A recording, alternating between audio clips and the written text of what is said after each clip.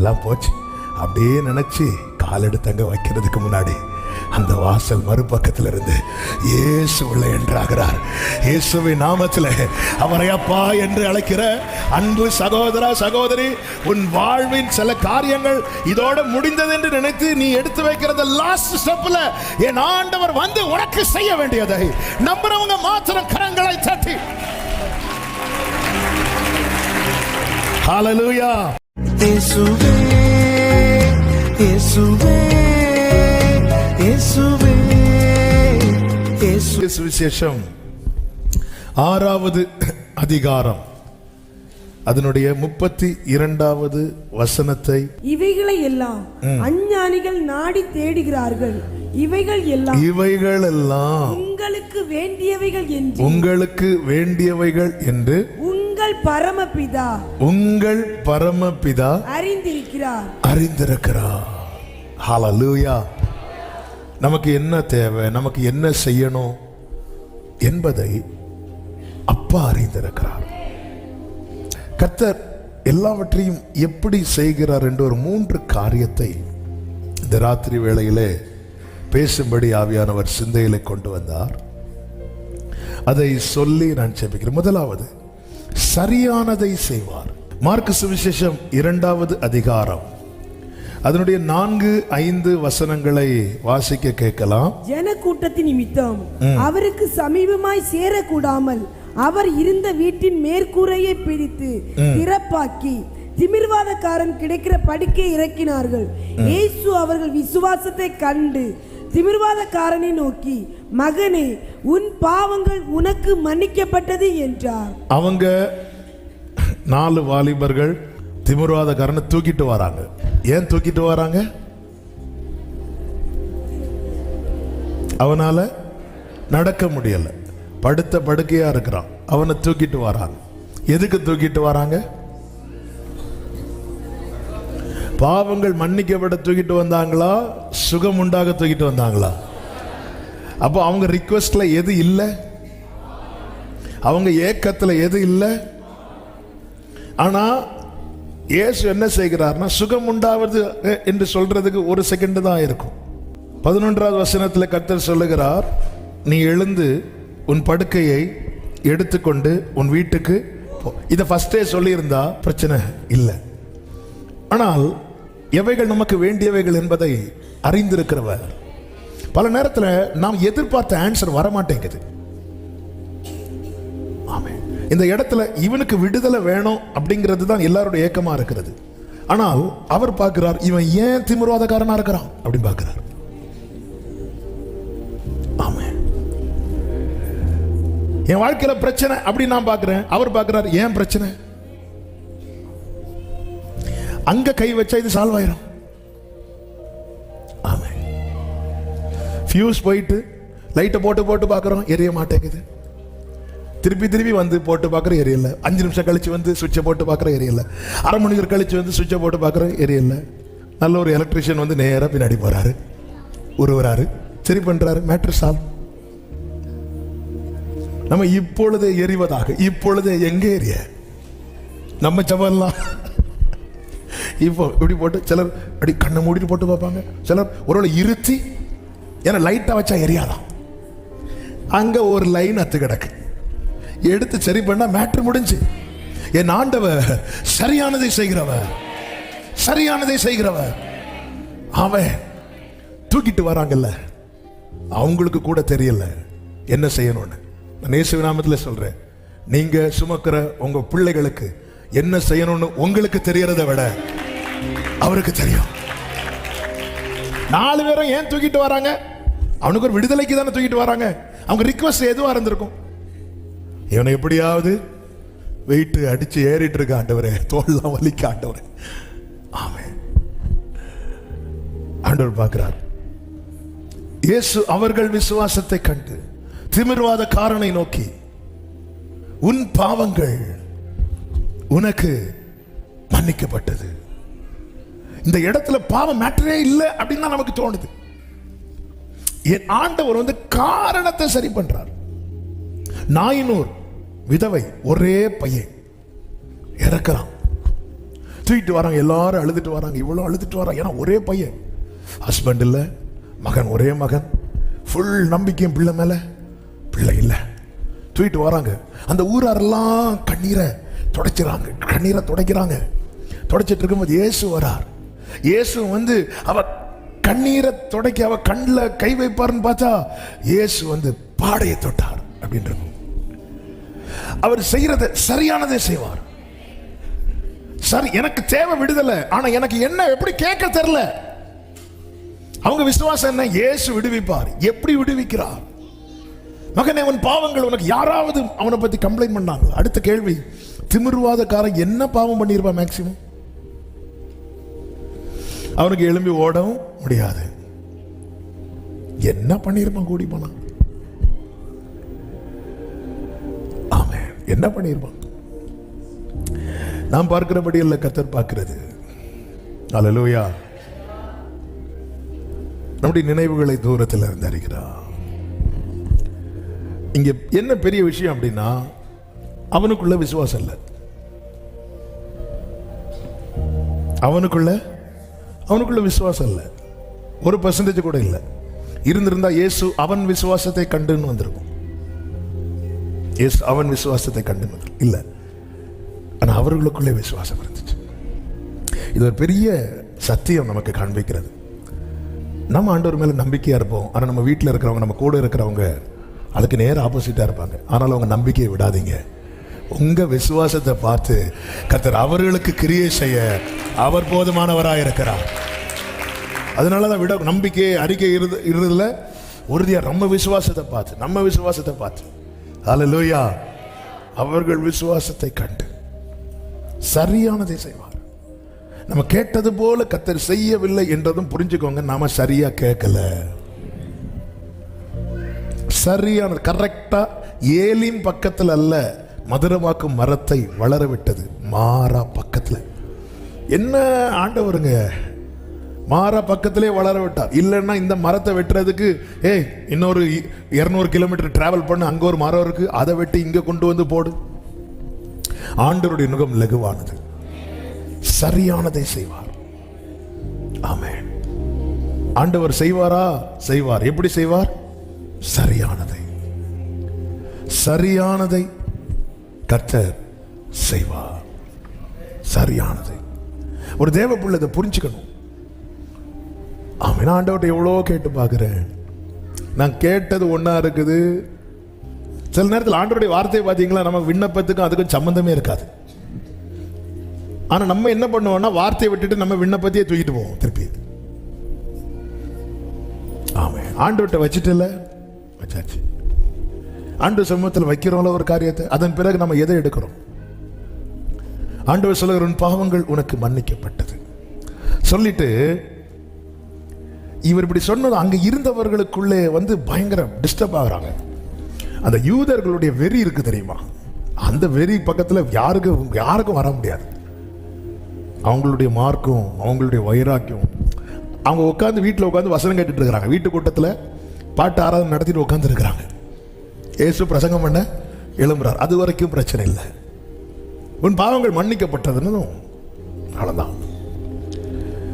அவங்க பேசிடுறாங்க. இப்படி இவனுக்கு யார் அந்த அதிகாரத்தை கொடுக்கிறது? தேவன் ஒருவரே அன்றி பாவங்களை மன்னிக்கத்தக்கவர் யார்? அப்படி இருதயங்களிலே சிந்தித்துக் கொண்டிருக்கும் போது அவர்கள் இப்படி சிந்திக்கிறதை இயேசு அறிந்து 9வது வசனத்தில் ஆண்டவர் கேட்பார் பாருங்க, உன் பாவங்கள் உனக்கு மன்னிக்கப்பட்டது என்று சொல்வதோ, எழுந்து உன் படுக்கை எடுத்துக்கொண்டு நடவென்று சொல்வதோ எது எளிது? இந்த ரெண்டுல எது எளிது? உங்க கிட்ட வைக்கிற எது எளிது? ரெண்டுமே கஷ்டம். ஆனா கர்த்தர் இங்க செய்த செயல் என்பது பெருசு. நல்லா கவனிச்சுக்கோங்க. அற்புதம் செய்ய அவர் அடி வாங்கல, நம் பாவங்கள் மன்னிக்கப்பட அவர் அடி வாங்கினார். நான் இவனை எழும்பி நடன்னு சொன்னா நீங்களாம் பெருசா பார்ப்பீங்க. ஆனா அதை விட அதெல்லாம் எனக்கு ஒரு மேட்ரு கிடையாதுங்கிறார். உன்னை அற்புதம் செய்யறது எனக்கு ஒரு மேட்ரே கிடையாதுங்கிறார். எனக்கு விஷயம் எது தெரியுமா? உன் பாவத்தை நான் மன்னிக்கிறது. நம்ம மாத்தி பார்க்கிறோம். கர்த்தர் என்னை ரட்சித்ததை நான் சின்னதா பார்க்கிறேன். எனக்கு 10,000 ரூபாய் சம்பளத்தை 15,000 ரூபாய் மாத்தினதை எல்லா நன்மையும் பெருசா பார்க்கணும். ஆனா அதை விட கர்த்தர் உங்களுக்கு ரட்சிப்பை தருகிறார். இப்படி இருப்பாங்க. இன்னும் எண்ணி 10 நாள்ல உங்க வீட்டு கதவை ஒருத்தக்க தட்டுவாங்க. ஆனா யார் தட்டுவான்னு தெரியாது. சார் லோன் கட்டல ஒழுங்கா கட்டிட்டு போயிருங்க. எது எளிது? எழுந்து நடன்னு சொல்றது எனக்கு மேட்டரே கிடையாது. நான் வந்தது இழந்து போனதை தேடவும் ரட்சிக்கவுமே. அப்ப ரட்சிக்கப்பட்டவங்க சொல்லுங்க, என் வாழ்க்கையில கர்த்தர் சரியானதை செய்திருக்கிறார். கைகளை உயர்த்தி ஆமென் சொல்லுங்க. எதிர்பார்த்த அற்புதம் இல்லையே, எதிர்பார்த்த மாற்றம் இல்லையே. ஆண்டவர் சொல்றார், எதுப்பா எழுது? ஆமென், அல்லேலூயா, ஆமென். ஆண்டவர் எனக்கு எல்லாருக்கும் சேலரி இன்கிரிமெண்ட், எனக்கு ஒரு இன்கிரிமெண்ட் கிடைக்கட்டும். இன்கிரிமெண்ட் ஆச்சு 50,000 ரூபாய். ஆண்டவர் எனக்கு அப்படி கரெக்ட் தான். ஆனா உங்களுக்கு தெரியுமா, உங்களுக்கு அந்த சேலரி தர மேனேஜர் தேவனை அறியாதவர், அவர் 1 லட்சம் வாங்கிட்டு இருக்காரு. அவர்கிட்ட போய் இந்த சாட்சியை சொல்ல முடியுமா? எதுக்குப்பா ஆண்டவரை தேடணும்? ஆண்டவரை தேடனா இப்ப பாருங்க, நான் 50,000 சம்பளம் வாங்கிட்டு இருக்கேன். அவன் சொல்றான், எனக்கு தேவன் யாருன்னே தெரியாது, நான் 1 லட்சம் ரூபா வாங்கிட்டு இருக்கிறேன். இப்படி சொன்னா நம்ம காஸ்பெல்லாம் புஷ்ஷன் ஆயிருமா? ஆகாதா? சரி, நம்ம இன்னைக்கு சரியான காஸ்பெல்ல வந்து நம்ம சொல்ல தவறுறோமே. இப்போ நான் ஆண்டவரை தேடின, எனக்கு பைக்கு தாரார்.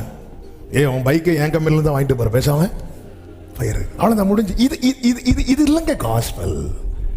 இது எனக்கு செய்த நன்மைக்கு நான் நன்றியா சொல்றேன். எனக்கு இதெல்லாம் பெருசு, ஆண்டவர் எனக்கு செஞ்சிருக்கிறாங்க. அது ரியல் காஸ்பெல் என்ன தெரியுமா? எந்த மனிதனுக்கும் செய்ய முடியாத ஒன்றை என் ஆண்டவர் எனக்காக இறங்கி வந்து செய்தார். அதுதான் என் பாவங்கள். அல்லேலூயா. என் பாவங்கள் என்னேசு மன்னித்து விட்டார். தன் மகனாய் என்னையும் ஏற்றுக்கொண்டார். இனி நான் பாவி அல்ல, மறுபடி பிறந்து விட்டேன். அல்லேலூயா. சரியானதை செய்கிறார். அப்படியே பாவம் மன்னிக்கப்பட்டதுன்னு சொல்லிட்டு விடல. முதல்ல பாவம் மன்னிக்கப்பட்டது என்கிறார். பின்பு 11வது வசனத்துல, நீ எழுந்து உன் படுக்கை எடுத்துக்கொண்டு. ஆமென். அப்போ ஆண்டவர் எனக்கு செய்ய வேண்டிய அந்த ரட்சிப்பை கிருபையாய் தந்திருக்கிறார் என்றா வேதம் சொல்லுகிறது. தம்முடைய சொந்த குமாரன் என்று பாராமல் அவரையே நமக்கு தந்துட்டார்னா, அதுதான் நமக்கு அந்த ரட்சிப்பு. இந்த ரட்சிப்பையே தந்துட்டார்னா மீதி எல்லாம் ஆண்டவருக்கு ஒரு விஷயமே கிடையாது. கைகளை உயர்த்தி ஆமென் சொல்லுங்க. 2வது காரியம், சரியான நேரத்தில் செய்வார். சரியானதை செய்வார், சரியான நேரத்தில். 9 யோவான் 9:4 வாசியுங்கள். யோவான் 9:4. பகற்காலமாய் இருக்கும் மட்டும் நான் என்னை அனுப்பினவருடைய கிரியைகளை செய்ய வேண்டும். ஒருவனும் கிரியை செய்யக்கூடாத ராக்காலம் வருகிறது. ஆமென். அங்க ஒரு குருடன் இருக்கிறான், அவனுக்கு ஒரு அதிசயம் செய்யணும். இயேசு கரெக்டா வரார். கிரியை செய்யும் காலம், பரலோகம் நிர்ணயித்த காலம், சரியான நேரத்தில். பிரியமானவர்களை, நாம ஆண்டவர் அவசரப்படுத்துகிறோம். ஆண்டவர் மறந்துட்டார் நினைக்கிறது போல. ஆமென். இல்ல, ஆண்டவருக்கு ரிமைண்டர் எல்லாம் தேவை கிடையாது. எங்களுக்கு தேவை, நிறையவே தேவை. மீட்டிங்லாம் கூடும்போது நாங்கள் நோட் பண்ணிட்டோம், ஒரு வாரத்துக்கு முன்னாடி எங்களுக்கு ஒரு வாட்டி கூட ரிமைண்ட் பண்ணிருக்கேன்னு சொல்லிட்டு அவங்கள்ட்ட அட்வான்ஸாக 4 வாட்டி சொல்லி வைப்போம். ஆண்டவருக்கு அப்படி கிடையாது. எருசலேமுக்கு சமீபமாய் வந்தபோது 2 சீஷர்களை சொல்றார், போ பக்கத்து ஊருக்கு போ, அங்கே ஒரு கழுதையும் அதன் குட்டியும் கட்டப்பட்டிருக்கும், அதை அவிழ்த்து கொண்டு வாருங்க. யாராவது கேட்டா சொல்லுங்க, இது ஆண்டவருக்கு வேண்டும் என்று. தூதன் வந்து ரிமைண்ட் பண்ணாராம்? இல்லை. யாராவது சொன்னாங்களா? இல்லை. இந்த சம்பவம் நடப்பதற்கு 600 ஆண்டுகளுக்கு முன்பதாக கர்த்தர் சகரியா தீர்க்கதரிசியை கொண்டு எழுதி வைத்திருந்தார். எழுதி வைத்தது அப்படியே தானே இருக்குன்னு நம்ம கேட்கலாம். சரியான டைம் வரும்போது ஒரு கழுதை குறித்து எழுதப்பட்டது சரியான நேரத்தில் நிறைவேறினது உண்டானால் அவரை அப்பா பிதாவே என்று அழைக்கிற அன்பு சகோதரா சகோதரி, சரியான நேரத்தில் ஆண்டவருடைய டைமிங் வந்து அதே மாதிரி பெர்ஃபெக்ட் காடை நம்ம பார்க்க முடியாது. நான் இன்னொரு விதவை நான் உன்னை போஷிக்கும்படி அங்க நான் ஒரு விதவைக்கு கட்டளையிட்டு இருக்கிறேன்னு சொல்லும் போது எலியா வருவார். எங்கிருந்து வராரு? எங்கிருந்து வராரு? கரெக்டு தான், சத்தமா சொல்லுங்க. கேரி தாட்டண்டையில் இருந்து வரார். எப்படி என்ன நினைச்சிட்டு வந்திருப்பார்? இங்கே அப்பமும் இறைச்சும், காலையும் ஈவினிங் பரோட்டா கறி. பெஸ்ட். ஆண்டவரே பஞ்சகாலம் அப்படியே தொடருவதாக. எப்படி வந்திருப்பார் தெரியுமா? ஒரு சின்ன எக்ஸாம்பிள். இப்படி பார்த்துட்டு வந்திருப்பார். எதை எப்படி பார்த்துட்டு வந்திருப்பாரு? காக்கா இல்லை, காக்கா போயிட்டு பார்த்தீங்களா? நீங்க இன்னொன்று காக்கா. ஏன்னா ஆண்டவர் வந்து ஒரு விதவைக்கு எலியாவை போஷிக்கும்படி கட்டளையிட்டு இருக்கிறாருன்னா, அந்த விதவை எப்படிப்பட்டவங்களா இருக்கணும்? ரிச். எந்த இங்கே 2 மாடி வீடு, இதில் இல்லை அதான் 3 மாடி. எங்கேயாவது ஏசி வச்சிருக்கான். இப்படி பார்த்துட்டு வந்து, என்ன ஆண்டவரே இங்கே அப்படி ஒன்று ஏய் கொஞ்சம் அங்கே கண்ணில் ஏறெடுத்துப்பார். பார்த்தா ஒருத்தி இருந்து 2 விறகு, அதுவும் 2 விறகு, அதுலேயும் பஞ்சம். ஆமாம், இதான் ஆண்டவரே. நல்லா புரிஞ்சுக்கோங்க. சில நேரத்தில் நம்ம நினைப்போம், நம்ம லைஃப்பில் இவங்க இருந்தால் நமக்கு ஹெல்ப்ஃபுல்லாக இருக்கும், இவங்க இருந்தால். சில சாதாரண மாணவர்களை நமக்காக அனுப்புவார். ரொம்ப சாதாரணமானவர்கள். ஆமாம், சாதாரணமானவர்கள். ஹல்லேலூயா. சாதாரணமானவங்களை கொண்டு அந்த பஞ்சகாலம் முழுவதும் எலியா போஷி. நம்ம நினைக்கிறோம் இவங்க எப்படியாவது இவங்களை ஃப்ரெண்ட் ஆக்கிடணும், எப்படியாவது இவங்க கிட்ட இருக்கிறத எடுப்பாங்களே தவிர. ஆமென். சாதாரணமான ஒரு அம்மாவும் ஒரு பையனும் அடுத்த வேலைக்கு ஒன்றும் இல்லை. அதனால தான் நம்ம லைஃப்பில் இந்த சாதாரணமானவங்களும் அலட்சியம் பண்ணிடாதீங்க. சிலர் இந்த பெரியவங்க கையை பிடிக்கிறதுக்கு சின்னவங்க கையை விட்டுருவாங்க. ரொம்ப ஆபத்து. யார்கிட்ட கர்த்தர் நமக்கான புதையலை வச்சிருக்காருன்னு தெரியாது. அதனால அவங்க இருக்கிற நிலைமையை வச்சு எடை போட்டு உங்கள் புதையலை சிலர் இப்பதான் யோசிக்கிறாங்க, ஓஹோ இழந்துட்டோம். சாதாரண ஒரு அடிமையா எகிப்துல கொண்டு போய் எகிப்தையே வாழ வைக்கிறார். ராஜாவா எகிப்து கொண்டு போற, அடிமையா கொண்டு போய். சில நேரத்தில் நம்ம நினைக்கிறோம் ஆண்டவர் இங்க கொண்டு போறார், அப்ப அங்க எப்படி இருக்கும், அப்படி இருக்கும் இப்படி இருக்கும். பார்த்தா அங்க ஒருத்தி 2 விறகு. எலியாவுக்கு விஷயம் தெரியாது. எலியா நினைச்சிட்டாங்க இந்த காடே இவங்களுக்கு சொந்தம்னு, தோட்டத்தில் உலாவ வந்திருக்கிறாங்க. ஏமா சாப்பிட கொண்டு வா அப்படி.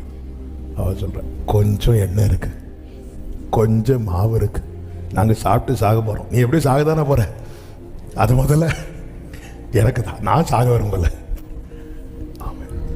என்ன டைமிங், என்ன டைமிங் கரெக்டா. அப்போ விறகு எடுக்கிறது வந்து ஆண்டவர்கிட்ட கேட்டுட்டா போயிருப்பாங்க, ஆண்டவரே நான் விறகு எடுக்க போலாமா? இல்லை. நம்முடைய வாழ்க்கையில ஒவ்வொரு அசைவுமே ஆண்டவர் பிளான் பண்றது. எனவே தான் அத்தேனே பட்டணத்துக்கு பவுல் பேசும்போது சொல்லுகிறார், அவருக்குள் நாம் பிழைக்கிறோம், அவருக்குள் நாம் இருக்கிறோம், அவருக்குள் நாம் அசைகிறோம். ஆமென். சரியான நேரத்தில் லூக்கா 7வது அதிகாரத்தில் நீங்க பார்த்தீங்கன்னா தெரியும்.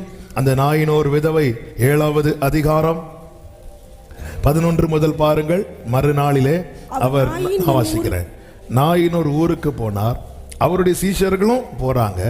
12வது வசனத்தை பாருங்க. அந்த ஊரின் வாசலுக்கு சமீபித்த போது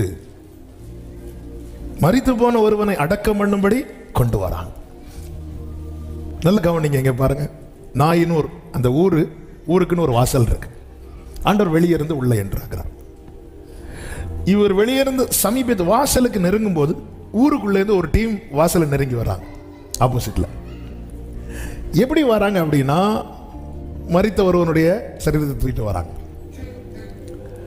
இயேசு வர்றதுக்கு ஒரு 10 நிமிஷம் தாமதித்திருந்தா இவங்க இந்த ஊரை கடந்து போய் அவன் அடக்கம் பண்ணியிருப்பாங்க. இந்த வாசலை தாண்டி ஒரு கால் எடுத்து வச்சு அடுத்த கால் எடுத்து வச்சாங்கன்னா அந்த ஸ்திரீக்கு முழு கோப்புமே புதைக்கப்பட்டிருக்கும். பிள்ளைய தூக்கிட்டு வராங்க, அழுதுட்டே வரா. வீட்டில இருந்து ஒவ்வொரு ஸ்டெப்பா எடுத்து வச்சு வீட்டை விட்டு போக பொதுவாகவே இந்த மரணம் நடந்த வீட்டில் நீங்க பார்த்தீங்கன்னா, இந்த மரித்த போது பயங்கரமா அழுவாங்க. அதை விட அழுகை எப்போ இருக்கும் தெரியுமா? அந்த சரீரத்தை வீட்டில இருந்து தூக்குவாங்க தெரியுமா? அதை தாங்கவே முடியாது. அந்த பாதையில் நடந்து வந்தவர்களுக்கு அது தெரியும். அழுதுட்டே இருந்திருப்பா. தூக்கி வரும்போது அப்படியே அந்த டோட்டலா எல்லாம் இருளானது போல, எல்லாம் நம்பிக்கை அற்று போனது போல அப்படியே வந்து அந்த ஊர் வாசல் கிட்ட வந்து அவ்வளவுதான், எல்லாம் போச்சு அப்படியே நினைச்சு கால் எடுத்தங்க வைக்கிறதுக்கு முன்னாடி அந்த வாசல் மறுபக்கத்தில் இருந்து இயேசு உள்ள என்றாகிறார். இயேசுவின் நாமத்தில் அவரை அப்பா என்று அழைக்கிற அன்பு சகோதர சகோதரி, உன் வாழ்வின் சில காரியங்கள் இதோட முடிந்தது என்று நினைத்து நீ எடுத்து வைக்கிறது லாஸ்ட் ஸ்டெப்ல என் ஆண்டவர் வந்து உனக்கு செய்ய வேண்டியதை நம்புறவங்க மாத்திரம் கரங்களை தட்டி ஹல்லேலூயா. 13வது வசனத்தில் கர்த்தர் அவளை பார்த்து அவள் மேல் மனதுருகி அழாதே அப்படிங்கிறார். அழாத அழாத சொல்லிட்டு கிட்ட வந்து பாடையை தொட்டார். அதை சுமந்தவர்கள் அழாதே என்று சொன்னபோது பாடையை சுமந்தவங்க நிக்கல.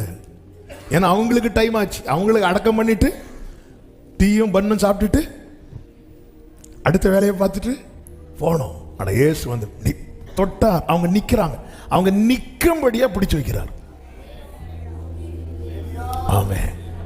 எனக்குள்ள இருக்கிற நம்பிக்கை அவர் பிடிச்சு வச்சதுனாலதான் நிக்குது. எத்தனை இடத்துல என்னாண்டவரை எதுக்காண்டவரேன்னு விட்ட போது பிடிச்சு வைக்கிறார், பிடிச்சு வைக்கிறார். நம்புவதற்கு ஏதுவல்லாத போது ஆபிரகாமுடைய நம்பிக்கையை பிடித்து வைத்தார். ஆமா, 99 வயசுல ஆபிரகாம் சொல்றார், இஸ்மவேல் உமக்கு முன்பாய் பிழைப்பானாக. அப்ப மொத்த நம்பிக்கை போச்சுல, பிடிச்சு வைக்கிறார். எப்படிங்க இவ்வளவு காலம் நம்பிக்கையில் இருக்கிறீங்க? எங்க இருக்கிறேன்? அவர் பிடிச்சு வைக்கிறார். அவர் பிடித்து வைத்திருக்கிறார். என் நம்பிக்கை தீபத்தை அணையாமல் கர்த்தர் பிடித்து வைத்திருக்கிறார் என்றால் என்னால சொல்ல முடியும், நிச்சயமாய் முடிவு உண்டு. என் நம்பிக்கை வீண் போகாது. நல்ல கரங்களை தட்டி எத்தனை பேர் சொல்லுவீங்க, என் நம்பிக்கையை நான் பிடிச்சு வைக்கல, என் நம்பிக்கையை கர்த்தர் பிடித்து வைத்திருக்கிறார்.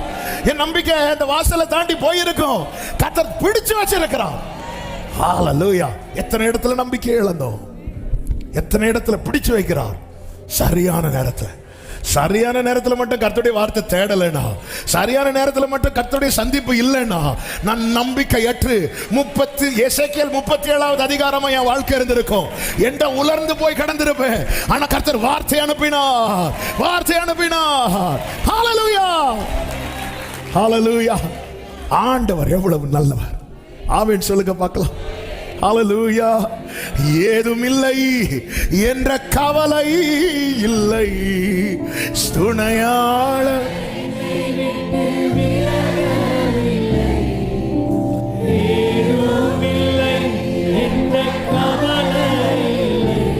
ஆமென். சொன்னதை செய்திடும் தகப்பனவர், நம்புவே இறுதி வரை, நம்புவே. எங்க இவ்வளவு புயல் அடிச்சோம், எப்படிங்க இன்னும் ஆண்டவரை நம்பிட்டு இருக்கீங்கன்னா பிடிச்சு வச்சிருக்கிறேன். போயிடாத. ஆமென். நான் உனக்கு துணை நிற்கிறேன். நீ தண்ணீரை கடக்கும் போது நான் இருப்பேன். ஆமென். ஹல்லேலூயா. சரியானதை செய்வார், சரியான நேரத்தில் செய்வார். மூன்றாவதாக சத்தியமா செய்வார். பக்கத்தில் பார்த்து சொல்லுங்க, சத்தியமா செய்வார். ஆமென். அத கொஞ்சம் இப்படியா சத்தியம் அடிக்கிறது? சத்தியமா செய்வார், இல்ல சத்தியமா செய்வார். யோவான் சுவிசேஷம் 4வது அதிகாரத்தில் 47 முதல் நீங்க பார்த்தீங்கன்னா, இயேசு கலிலேயாவுக்கு வந்தார் என்று கேள்விப்பட்டதும் ஒரு மனுஷன் அவர்கிட்ட போய், என் மகன் மரண அவஸ்தையா இருக்கிறபடியினால் அவனை குணமாக்கும்படி வர வேண்டும் என்று கூப்பிடுறான். நீங்க வாங்க. நமக்கு தெரியும், இதே போல இன்னொரு தகப்பன் இயேசுவை வீட்டுக்கு கூட்டிட்டு போவார். யாரு? சத்தமா சொல்லுங்க. ஏவியர். அப்போ இங்க எப்படியாவது வந்து என் மகளை தொடர்ந்து சொல்ல இயேசு போனாரா? போகலையா? போனார். இங்க இவன் கெஞ்சும் போது இயேசு என்ன சொல்லுகிறார்? 50வது வசனம். இயேசு அவனை நோக்கி, நீ போகலாம், உன் குமாரன் பிழைத்திருக்கிறான். இயேசு போகல, நீ போ அப்படிங்கிறார். அவன் அப்படியே நிக்கிறான். 49வது வசனத்துல, ஆண்டவரே என் பிள்ளை சாகரத்துக்கு முன்னே வர வேண்டும் ஆண்டவரே. ஆண்டவர் சொன்னார், நீ போ, அவன் பிழைத்திருக்கிறான், அவனுக்கு ஒன்றும் ஆகாது. சில நேரத்தில் ஆண்டவர் வந்து வார்த்தை தந்து அனுப்பி விட்டுருவார். நாமளும் வார்த்தையை கொடுத்து அநேகரை அனுப்புவோம். தெரியுமா? எதுக்கு தெரியுமா? அந்த இடத்துல இருந்து அவங்கள போக வைப்பதற்கு. அந்த சரி ஒன்றும் பார்க்கலாம் சரி போயிட்டு அப்புறம் வாங்க. மனிதன் தருகிற வாக்குறுதிகள் எல்லாம் அந்த நேரத்தில் அந்த இடத்துல இருந்து அவர்களை அனுப்பி விடுவதற்கு. இங்கே இவன் இவ்வளோ கெஞ்சியும் கர்த்தர் போகாம வார்த்தை, அவனுக்கு ஒன்றும் ஆகாதுப்பா, அவன் பிழைத்திருக்கிறான், நீ போ அப்படி சொல்லிட்டு அனுப்பி விடுறார். வேதம் சொல்லுகிறது 50வது வசனத்தின் பிற்பகுதியில் அந்த மனுஷன் இயேசு சொன்ன வார்த்தையை நம்பி போனான். ஆண்டவர் சமூகத்தில் வந்து ஆண்டவர் சொல்ற வார்த்தையை கேட்டுட்டு போறவங்க எல்லாரும் எத்தனை பேர் நம்பி போறோம்?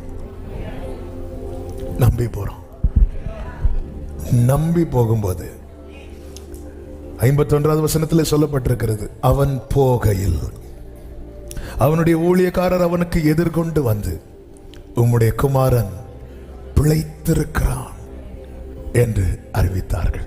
என் பிள்ளை இப்போ எப்படி இருக்கிறான்னு கேட்கல, சாப்பிட்டானான்னு கேட்கல, வேற எதுவும் கேட்கல. அவன் கேட்டது என்னன்னா, எந்த மணி நேரத்தில் அவனுக்கு குணமாக, எந்த டைம்.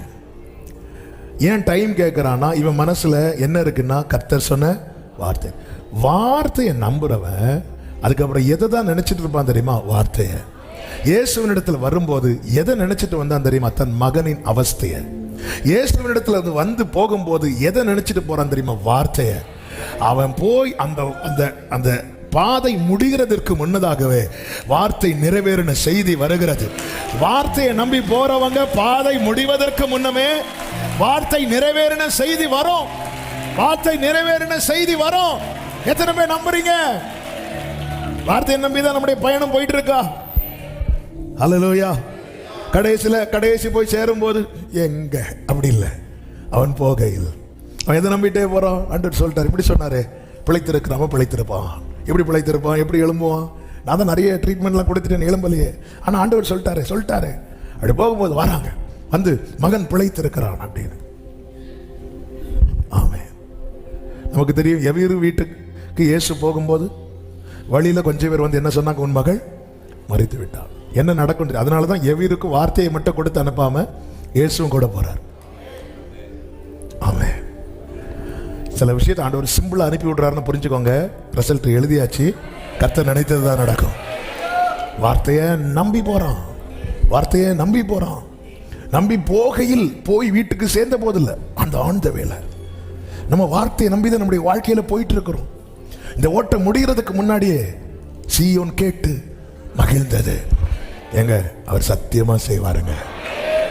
அவர் இஸ்ரவேல் குடும்பத்தாருக்கு சொன்ன நல் வார்த்தைகளில் எல்லாம் ஒன்று கூட தவறவில்லை, எல்லாம் நிறைவேறிற்று. ஆமே. எனக்கு குறித்ததை நிறைவேற்றி முடிப்பவர். ஆமென். எனக்காக யாவை அப்படி எழுதினக்கலாமா? நீரே. ஆமென். அப்பா உமக்கு ஸ்தோத்திரம், அன்பே உமக்கு ஸ்தோத்திரம். அவன் கேட்கிறான் எந்த மணி நேரத்தில். அப்ப அவங்க ஒரு டைம் சொல்றாங்க.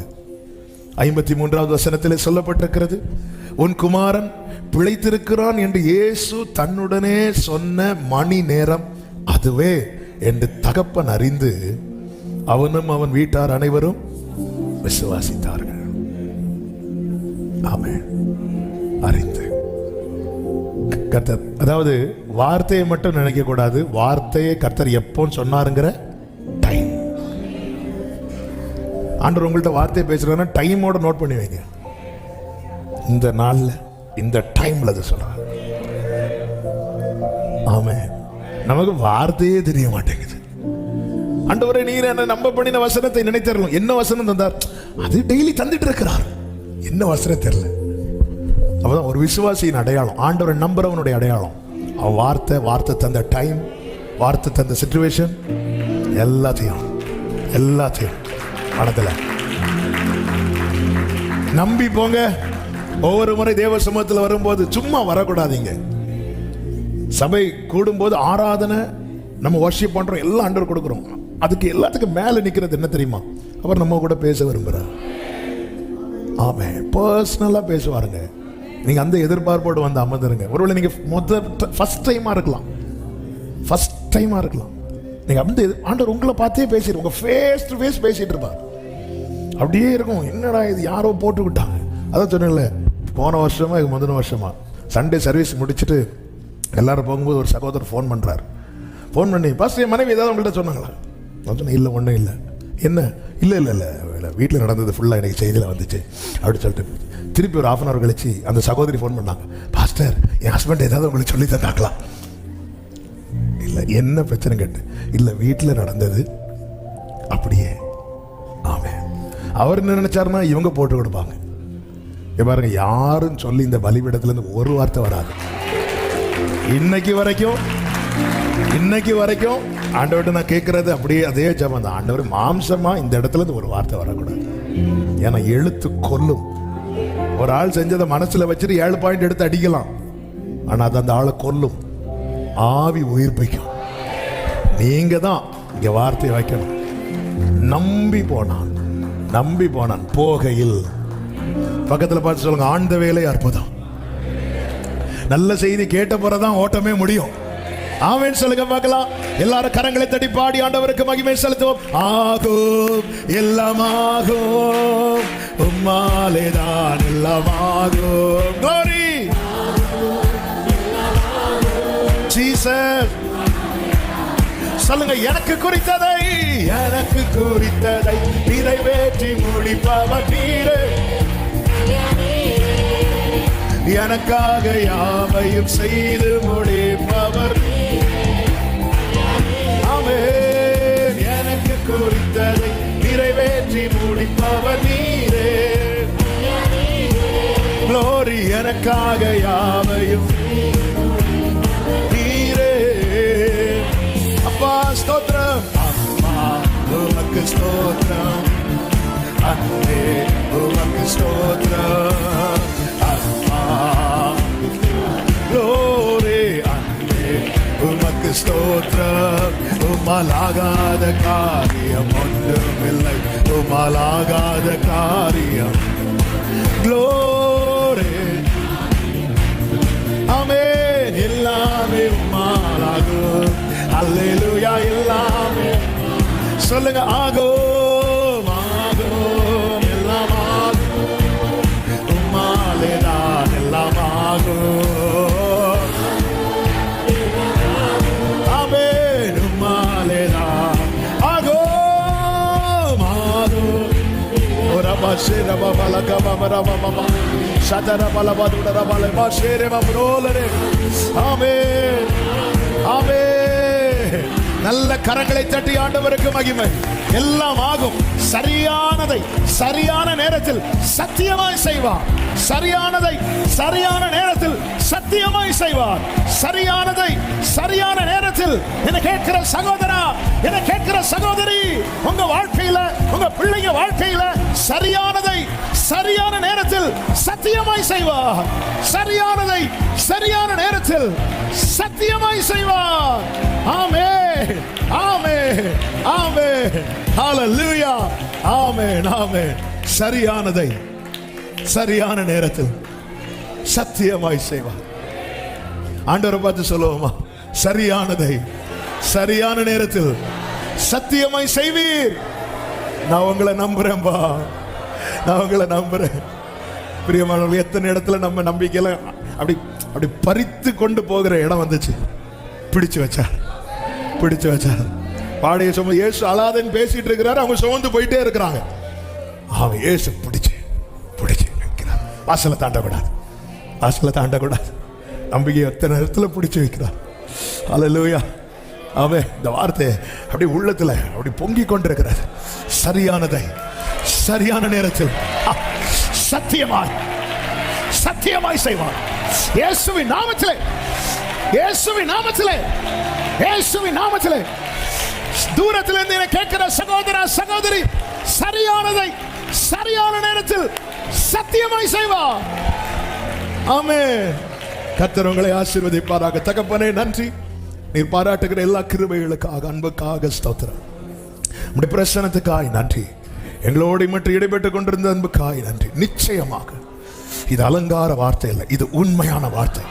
நீ சரியானதை சரியான நேரத்தில் சத்தியமாய் செய்கிற தேவன். அப்படி ஒவ்வொருவருக்கும் செய்து முடிய நாமத்தை மகிமைப்படுத்தும். எல்லா கனமும் மகிமையும் துதியும் ஸ்தோத்திரங்களும் ஒருவருக்கே செலுத்துகிறோம் இரட்சகர் இயேசு கிறிஸ்துவின் நாமத்தில் பிதாவே, ஆமென். என் ஆத்துமாவே கர்த்தரை ஸ்தோத்திரி, முழுவதுமே அவருடைய பரிசுத்த நாமத்தை ஸ்தோத்திரி. என் ஆத்துமாவே கர்த்தரை ஸ்தோத்திரி, கர்த்தர் செய்த சகல உபகாரங்களை மறவாதே. ஆமென். ஹல்லேலூயா. God bless you. கர்த்தர் உங்களை ஆசீர்வதிப்பாராக. சரியானதை சரியான நேரத்தில் சத்தியமா செய்வார். பக்கத்தில் ஒரு ஆளை பார்த்து சொல்லிட்டு போங்க, கர்த்தர் உங்களை ஆசீர்வதிப்பார். ஆமென், ஆமென்.